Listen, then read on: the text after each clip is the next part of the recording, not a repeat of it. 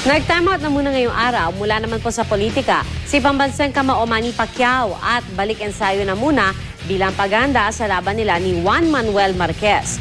Mula sa General Santos City, may ulat on the spot si Mark Zambrano. Mark? Diya, matapos ng mag-file ng kanyang COC kahapon si pambansang kamao Manny Pacquiao, balik ensayo siya kaninang umaga dito sa General Santos City. Puspusan ng light conditioning ni Manny Pacquiao bilang paghahanda sa laban nila ni Juan Manuel Marquez sa Disyembre. Kasama ni Pacquiao ang asawang si Jinky sa jogging kanina sa Pedro Acharon Sports Complex dito sa Gensan. Sumabak din sa shadow boxing at abdominal exercises ang 8th Division World Champion. Naglaro din ng volleyball si Pacquiao pagkatapos ng jogging. Layunin ni Pacquiao na makakuha ng maaga ang timing at karagdagang resistensya sa pamamagitan ng endurance exercises. Bakas din sa galaw ng pambansang kamao ang gaan ng katawan at nakuha pa nitong makipagbiruan sa ilang miyembro ng kanyang team.